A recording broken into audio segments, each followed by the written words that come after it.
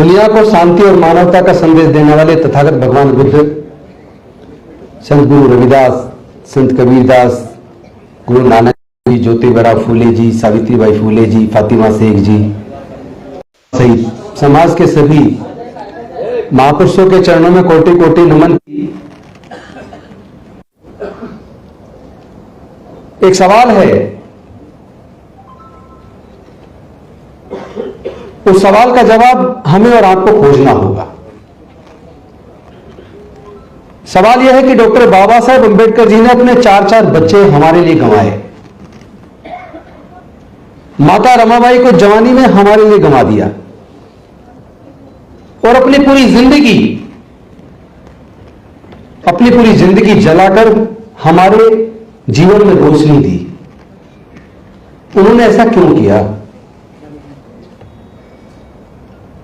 क्या जिस तरह की उम्मीद वो हमसे रखते थे, क्या हम लोग उन उम्मीदों पर खरे उतरे?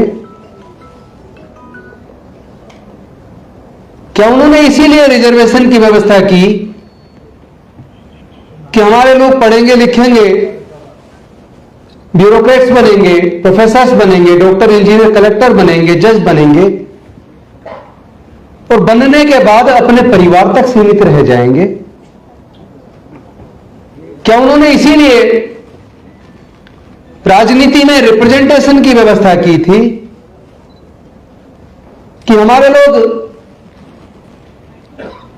ग्राम पंचायत के प्रधान, जिला पंचायत, विधानसभा या संसद के अंदर सांसद बन के, मंत्री बन के और केवल मौज मस्ती में लग जाएंगे? ये रिप्रेजेंटेशन तो इसलिए दिया था कि हमारे लोग समाज के दुख तकलीफ को और उनके हक और अधिकार के लिए संसद के अंदर और विधानसभाओं के अंदर लड़ेंगे। लेकिन क्या यह जिम्मेदारी हमारे पब्लिक रिप्रेजेंटेटिव्स ने पूरी की? जो रिप्रेजेंटेशन हमें दिया वो एक जिम्मेदारी थी, एक दायित्व था। क्या हम लोगों ने उस दायित्व को निभाया? यह सवाल हमें अपने से पूछना चाहिए। उन्होंने जो जाति तोड़क मंडल के सामने 1935 का जो भाषण लिखा, जिसमें आयोजक कुछ परिवर्तन करवाना चाहते थे, लेकिन डॉक्टर बाबा साहेब अंबेडकर जी ने कहा मैं तो एक कोमा और मात्रा भी नहीं हटाऊंगा। और फिर एनालिसिस ऑफ कास्ट के रूप में, पुस्तक के रूप में हमारे सामने आया।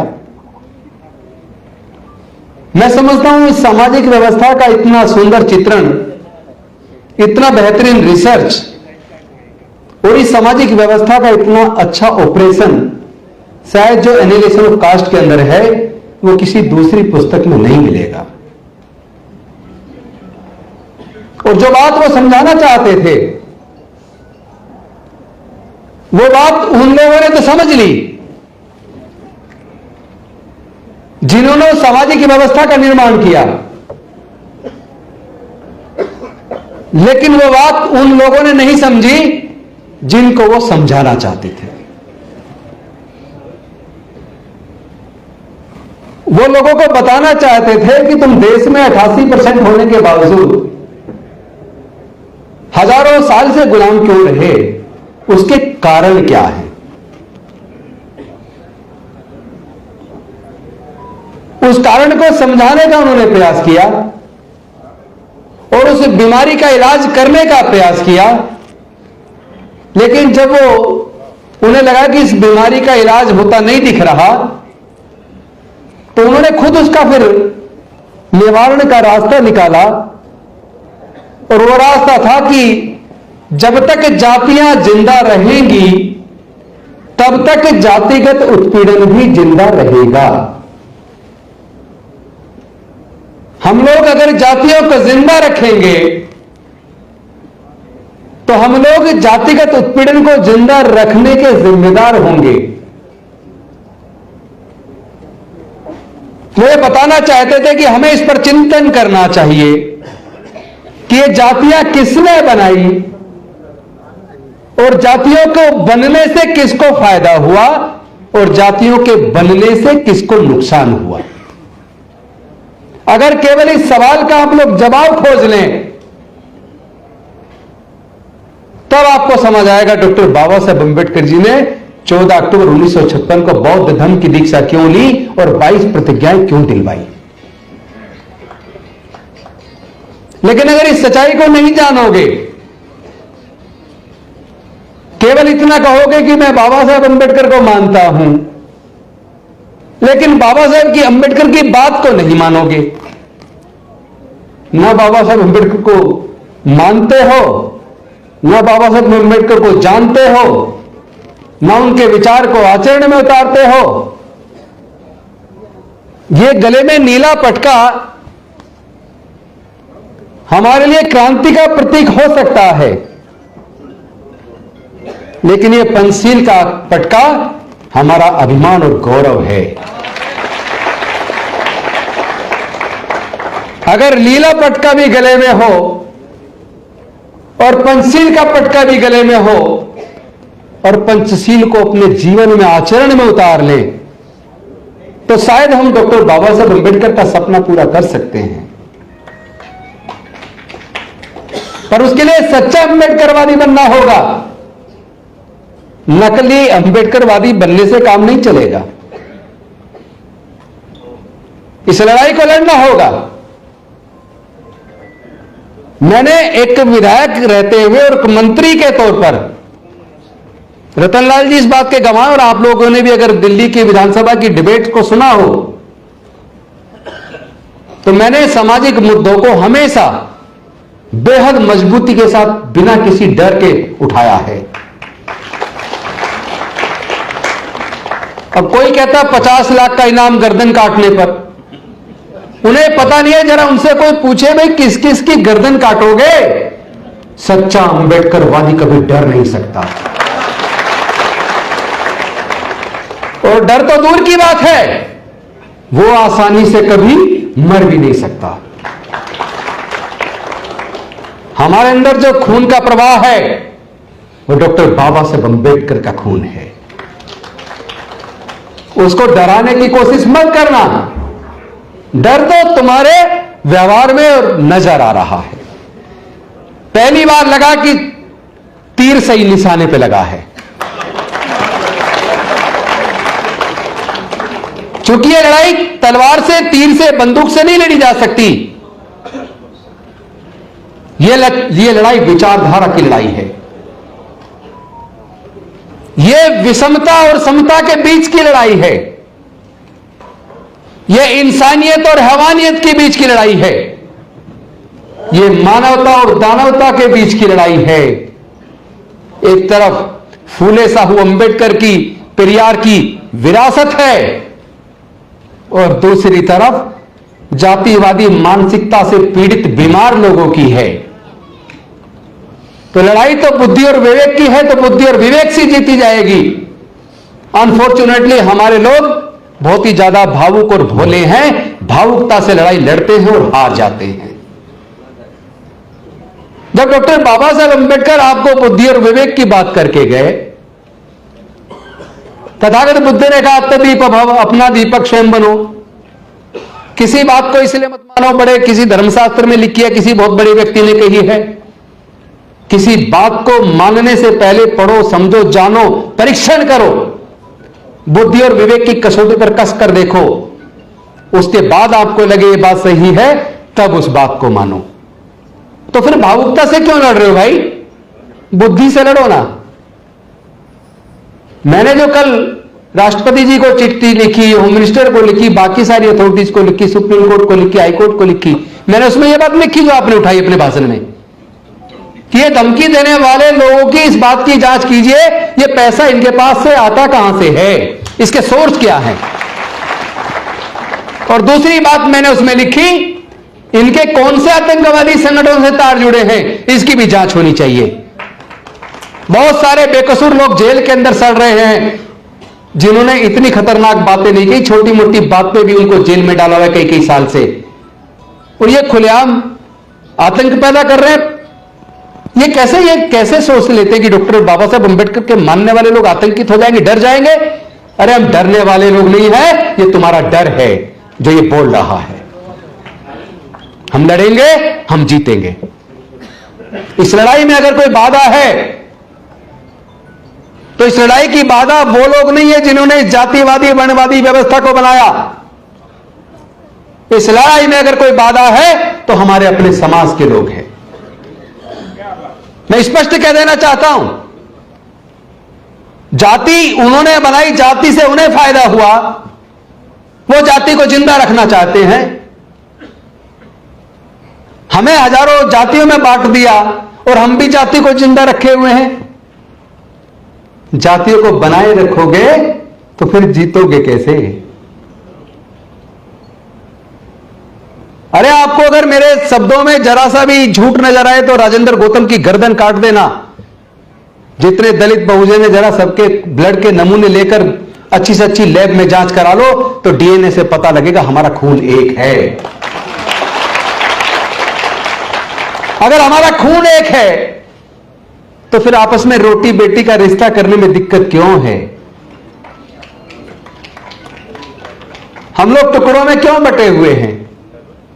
अपनी लड़ाई को टुकड़ों में क्यों लड़ रहे हैं?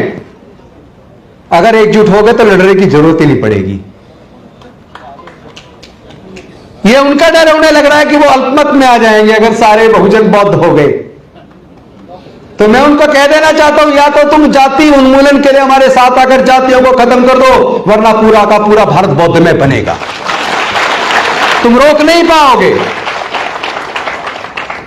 तुम एक को मार लोगे, दो को मार लोगे, 10 को मार लोगे। तुम मारते मारते तुम्हारी पीढ़ियां खत्म हो जाएंगी और भारत बुद्ध की ओर चल पड़ा है। हम लोग कोई कमजोर लोग नहीं है। हमारे महापुरुषों ने पूरे जीवन मेहनत से खाया है और तुम लोगों में से ज्यादातर ने हमारी मेहनत का चुरा के छीन के खाया है। तो ये डराने की कार्रवाई, ये डराने की भाषा बोलना बंद करो। ये भाषा बताती है कि तुम डर गए हो, क्योंकि तुम्हें अब लग गया है कि अब भारत और बहुजन बुद्ध की ओर चल पड़ा है। तो बुद्ध तो बनेंगे, बौद्ध तो हम बनेंगे। हर वो व्यक्ति जो अपने जीवन के फैसले बुद्धि और विवेक से ले, जो अपना अच्छा बुरा सोच समझ के अपने जीवन के फैसले ले, मेरा मानना है वो हर व्यक्ति बौद्ध है। जिसके मन में करुणा है, समता, स्वतंत्रता, बंधुता और न्याय, प्रज्ञाशील, करुणा, मैत्री है, वो व्यक्ति बहुत ताकतवर होता है। गाली गलौज करने वाला आदमी, धमकी देने वाला आदमी बेहद कमजोर, डरपोक और कायर होता है। हमारे लोग डरपोक और कायर नहीं है। जो लोग 16-16 घंटे काम करके, मेहनत मशक्कत करके हजारों साल की गुलामी के जंजीरों को तोड़कर यहां तक पहुंचे हैं, वो लोग डरेंगे नहीं। उनको समझ आ गया डॉक्टर बाबा साहब अंबेडकर क्यों भारत को बौद्ध में बनाना चाहते थे। उनको समझ आ गया है कि जिस प्रकार एक व्यक्ति अगर बीमार हो जाए और पता चले कि उसने गंदा पानी पिया जिसकी वजह से उसको पेट में इंफेक्शन हो गया, तो वो गंदा पानी पीना छोड़ देगा, दवाई लेगा और ठीक हो जाएगा। लेकिन अगर कोई व्यक्ति ये जान ले कि जिस पानी को, गंदे पानी को पीने से बीमार हुआ है, वो दवाई भी ले और गंदा पानी पीना ना छोड़े, तो क्या वो ठीक हो जाएगा? नहीं होगा ना। तो समझ लो हमारी बीमारी का कारण ये जातियां हैं। हम उत्पीड़न से छुटकारा भी चाहते हैं और जाति भी नहीं छोड़ना चाहते, तो कभी छुटकारा मिलने वाला नहीं है। जिस प्रकार अनेकों नदियां अलग अलग नाम से जानी जाती हैं, लेकिन समुद्र में गिरने के बाद अपनी पहचान खो देती हैं और सागर कहलाती हैं, समुद्र कहलाती हैं, उसी प्रकार हमें जो जातियां कुदरत में नहीं बनाई, क्योंकि पूरे दुनिया के अंदर किसी देश में जाति नहीं है, जाति केवल भारत में है। यह वर्ण व्यवस्था केवल भारत में है। कोई आदमी गंभीर रूप से बीमार हो जाए और डॉक्टर कहे कि भी तुम्हारा बड़ा ऑपरेशन होना है, 10 यूनिट ब्लड चाहिए, आपकी जान तब बचेगी बड़े ऑपरेशन से, लेकिन 10 यूनिट ब्लड का इंतजाम करो। मुझे पूरे दुनिया में केवल एक एग्जाम्पल दिखा दो जिसका ऑपरेशन होना है, जो पीड़ित है वो ये कहे मुझे केवल ब्राह्मण का या क्षत्रिय का ब्लड चाहिए। तो जब जान बचानी है तब तो ब्लड चाहिए, तब ब्राह्मण का, क्षत्रिय का, हिंदू मुस्लिम का, सिख का ब्लड नहीं चाहिए, इंसान का ब्लड चाहिए ना, क्योंकि जानवर का ब्लड इंसान को चढ़ नहीं सकता। इसका मतलब कुदरत ने तो सबको इंसान बनाया और चालाक इंसानों ने हमें हजारों जातियों में बांट दिया। वो चालाक लोग आज भी अपनी चालाकी कर रहे हैं। हम लोग बेवकूफ हैं जो उनकी चालाकी में फंसे हुए हैं। हम लोग हैं जो आपस में रोटी बेटी का रिश्ता करने की बजाय इन जातियों को जिंदा रखे हुए हैं। और हम में से वो लोग और भी ज्यादा बेवकूफ हैं जो अपने गांव के सामने बोर्ड लगाए, अपनी गाड़ी पे लिखे द ग्रेट चमार, the great Mahar, the great Valmiki. अरे जाति ग्रेट कब से हो गई भाई? विचारधारा ग्रेट होती है, जातिवादी कुछ नहीं है। इसलिए जातियों को छोड़ दो, समाज को जोड़ दो। हमने नारा दिया मिशन जय भीम के माध्यम से, जाति छोड़ो समाज जोड़ो, बौद्ध धर्म की क्या पहचान, मानव मानव एक समान। और मेरे सामने विकल्प दो में से एक था। रतनलाल जी घर पे बैठे थे, तो कई सारे भाई लोग बैठे चर्चा कर रहे थे। किसी मुद्दे पर हमारे विचार में थोड़ा सा मतभेद भी था, लेकिन जब बुद्ध ने कहा बुद्धि और विवेक से फैसले लो, तो हमने बुद्धि और विवेक का इस्तेमाल किया। नजरिया अलग हो सकती है। 7 जज कहते और 6 कहते ये होना चाहिए, 7 का मान लिया जाता है, 6 का नहीं माना जाता। लेकिन दोनों अपने जजमेंट के लिए रीजनिंग देते हैं। Being an advocate I know it. दोनों पक्ष के जजेस अपने अपने जजमेंट के फेवर में लॉजिक देते हैं, रीजनिंग देते हैं। तो रीजनिंग अपनी अपनी है। मुझे दो में से एक बात चुननी थी, या तो मैं अपने समाज के हक अधिकार की लड़ाई को लड़ने के लिए डॉक्टर बाबा साहब अम्बेडकर के रास्ते पे चलूं, या फिर मैं जैसे लोग जिंदगी भर मंत्री बने रहते आए तो मैं भी फिर मंत्री बना रहूं। मुझे लगा कि मुझे अपने समाज के हक अधिकार की लड़ाई को लड़ने के लिए डॉक्टर बाबा साहब अम्बेडकर के रास्ते पे चलना चाहिए, इसलिए मैंने वो रास्ता चुना, इसलिए मैंने रिजाइन किया। जो लोग 22 प्रतिज्ञाओं की ऊपर की 3-4 प्रतिज्ञाओं का विरोध कर रहे हैं, मैं सच बता रहा हूं, विरोध करने वालों ने 22 प्रतिज्ञाओं को पढ़ा नहीं होगा। जिस दिन पढ़ लेंगे ना, उस दिन उनके दिमाग के जो अंदर जो कीचड़ जमी है वो साफ हो जाएगी। जब थाने के अंदर पूछताछ के लिए मुझे बुलाया, एसएचओ ने जो जो सवाल लिखे, मैंने उन सवालों के जवाब दे दिए। उसके सवाल पूरे हो गए। मैंने कहा आपके सवाल और कोई है? कह रहा जी और कोई सवाल नहीं है। तो मैंने कहा फिर मैं चलता हूं। कह रहे नहीं, 1 मिनट रुको, मैं डीसीपी से बात कर लूं। उसने डीसीपी से बात की। डीसीपी ने कहा कि ये जो जवाब इन्होंने दिए सवालों के, मुझे लेके आ जाओ। एसएचओ कहने जी आप थोड़ा यहां बैठो, चाय वाय पियो, मैं जरा ये बयान डीसीपी को पढ़वा के आता हूं। मैंने कहा भाई टेक्निकली इतना दुनिया आगे बढ़ गई है, व्हाट्सएप कर दो, पढ़ लेंगी। उन्होंने फिर डीसीपी को फोन किया। उन्होंने कहा नहीं नहीं आप लेके आओ। मैं तो समझ रहा था कि डीसीपी नहीं बुला रहा, ये तो बेवकूफ बना रहा है, हमें बेवकूफ समझ रहा है, पर हम बेवकूफ नहीं है। बेसिकली बीजेपी का मुख्यालय वहां से करीब 5 किलोमीटर दूरी पे था, दीनदयाल उपाध्याय मार्ग पर, जहां बीजेपी के बड़े नेता और उनके वकीलों की फौज बैठी हुई थी। वो वहां गए, उन्होंने सवालों के जवाब पढ़े और पढ़ के देखा ये तो सारी इतनी तार्किक बात है, इसका तो कोई हमारे पास भी जवाब नहीं है। तो उन्होंने 3 जवाब और एसएचओ को लिख के भेजे कि ये और पूछ लो। एसएचओ वापस आए। मैंने कहा भाई आ गए? हाँ आ गए। मैंने कहा बताओ क्या क्या सवाल है?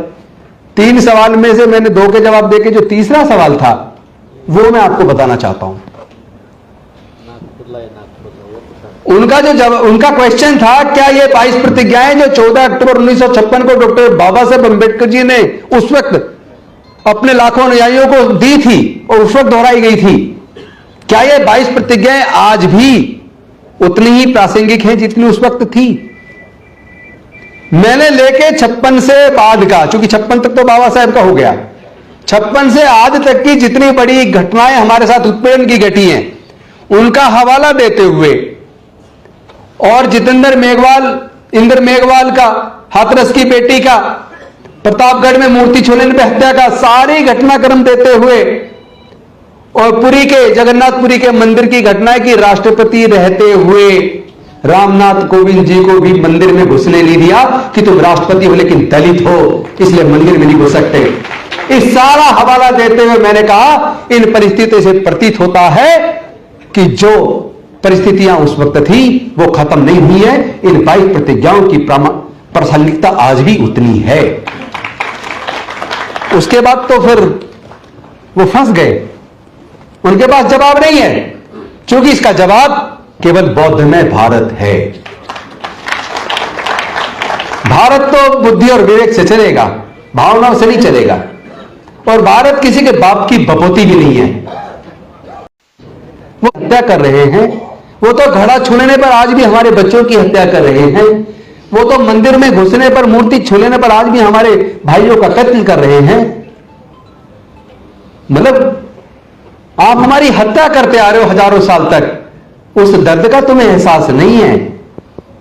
और हमारी 22 प्रतिज्ञाओं से तुम्हें दर्द हो गया। अगर ये तुम्हें दर्द हो रहा है तो जब तक तुम जातिवाद को जड़ से खत्म करने के लिए हमारे साथ नहीं आते, ये दर्द हम तुम्हें बार बार देंगे। और ये गुलामी और ये उत्पीड़न हमें स्वीकार नहीं है। हमारा दिल रोता है जब अखबार में देखते हैं या टीवी पे देखते हैं या व्हाट्सएप पे हमारे पास रोज घटनाएं पूरे देश से आती हैं। क्या हमारे लोग इंसान नहीं है? क्या हमारी बहनें नहीं है? क्या हमारे भाइयों का जब कत्ल होता तो कत्ल नहीं है? क्या हमारे दर्द का एहसास भी वो लोग कभी करेंगे या नहीं करेंगे? वो तो हमारे लोगों की हत्या करने में गौरव समझते हैं। ये चलने वाला नहीं है। हम मर सकते हैं, किसी कीमत पर झुक नहीं सकते। हम लड़ेंगे भी और जीतेंगे भी। और जो रतनलाल जी कह रहे थे ना कि केवल शांति और मानवता से काम नहीं चलेगा, यह काम लाठी डंडे और गोली से भी नहीं चलेगा। क्योंकि मेरा यह मानना है, मैं बाबा साहब को मानता हूं, तथागत बुद्ध को मानता हूं, फूले साहब अंबेडकर की विरासत को आगे बढ़ाने का मेरा संकल्प है। यह लड़ाई हथियारों से नहीं लड़ी जा सकती, क्योंकि यह लड़ाई विचारधारा की है। इसे विचारधारा से लड़ना होगा, भावनाओं से नहीं लड़ना होगा। बस एक ही तरीका, बहुत आसान तरीका है, लठ जलाने की जरूरत ही नहीं है, खून बहाने की भी जरूरत नहीं है।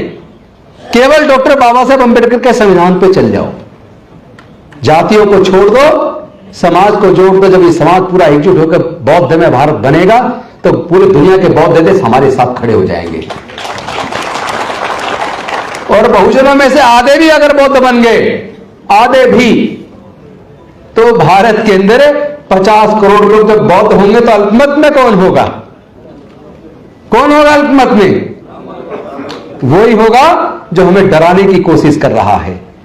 एक्चुअली वो हमें नहीं डरा रहा, उसका डर, उससे ये खामे खा कि उसे पागल बन के दौरे पड़ने शुरू हो जाते हैं ना। ये हमारे संघर्ष की जीत है। मैं इसे अपने संघर्ष की जीत मानता हूं कि पहली बार आरएसएस चीफ को आके ये कहना पड़ा कि अब वर्ण व्यवस्था और जातिवाद खत्म होना चाहिए। अब ये तय समाज को नहीं करना चाहिए कौन घोड़ी पर चढ़ेगा कौन नहीं चढ़ेगा।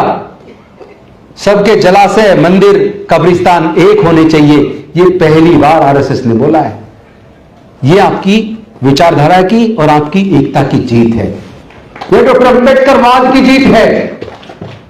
इसको अभी और आगे बढ़ाना है, क्योंकि अभी तो केवल मन में नहीं है, जुबान पे आया है। अभी उन्हें मन में भी स्वीकार करना पड़ेगा। अगर भारत को वही गौरव लौटाना जो तथागत बुद्ध के समय पर, सम्राट अशोक के टाइम पर पूरा भारत बौद्ध में था, तो भारत को बुद्धि और विवेक से चलना होगा, भावना से नहीं। मैं दलित पैंथर्स की 50वीं वर्षगांठ पर आपको बधाई तो दूंगा, शुभकामनाएं तो दूंगा, क्योंकि दलित पैंथर्स का एक गौरवशाली इतिहास है। लेकिन आज दलित पैंथर कहां है? इस सवाल का जवाब तुम्हें खुद खोजना होगा। सबसे ज्यादा बौद्ध विहार पूरी दुनिया में अगर कहीं है तो नागों की नगरी, हमारे बहुजनों की जो ऐतिहासिक राजधानी नागपुर है, नागपुर के अंदर है। लेकिन नागपुर के गली गली में संगठन है। मैं समता सैनिक दल का 32-33 साल सिपाही रहा हूं, नेशनल चीफ जनरल सेक्रेटरी रहा हूं। सालों तक कोर्ट में केस भुगते हमने। लेकिन मैं एक बात कहना चाहता हूं, हम ही लोगों ने हजारों संगठन बना दिए, समता सैनिक दल के कई टुकड़े बना दिए, आरपीआई के कई टुकड़े बना दिए, भारतीय बौद्ध महासभा के कई टुकड़े बना दिए। जब हमारा विचारधारा एक है, लक्ष्य एक है, तो फिर हम टुकड़े में क्यों बटे हैं? और जाति बीमारी का कारण है, तो हम जातियों में क्यों बटे हैं? बस इस सवाल का जवाब खोज लीजिए, आपको आजादी मिल जाएगी। आप फिर से प्रबुद्ध भारत, बाबा साहब का बौद्धमय भारत का निर्माण कर पाएंगे, बाबा साहब के सपनों को पूरा कर पाएंगे। आपने मुझे सम्मान दिया, बोलने का मौका दिया, इसके लिए मैं आपका आभार व्यक्त करता हूं। बहुत बहुत धन्यवाद। नमो बुद्धाय। जय भीम, जय भारत।